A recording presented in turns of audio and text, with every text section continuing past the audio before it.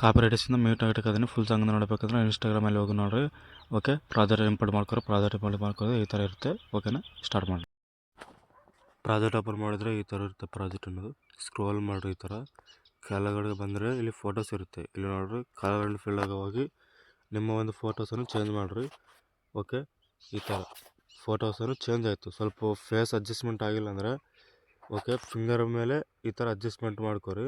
Mountain ಸರ್ನಾಗ ಮಾತ್ರ ಹೋಗ್ಬೇಡ್ರಿ. ನೋಡಿರಿ, ಸೆಟ್ ಆಯಿತು. ಓಕೆನಾ, ಮೇಲ್ಗಡೆ ನೋಡಿರಿ ಎಲ್ಲ ಸೆಟ್ ಆಗಿದೆ.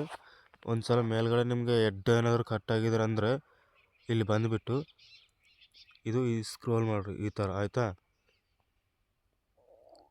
ಈ ಥರ ಸ್ವಲ್ಪ ಇದು ಫೋಟೋಸ್ ಜೂಮ್ ಆಗ್ತೈತೆ. ಎದಕ್ಕಂದರೆ ಫೋಟೋಸ್ ಅಲ್ಲಿಗೆ ಇದೆ, ಹೆಡ್ ತನಕನೇ ಇದೆ, ಅದಕ್ಕೇನಾ ಜೂಮ್ ಆಗ್ತಾಯಿದೆ. ಓಕೆ, ನಿಮ್ಮದು ಫೋಟೋಸು ಫುಲ್ ಇರಬೇಕು ಆಯಿತಾ.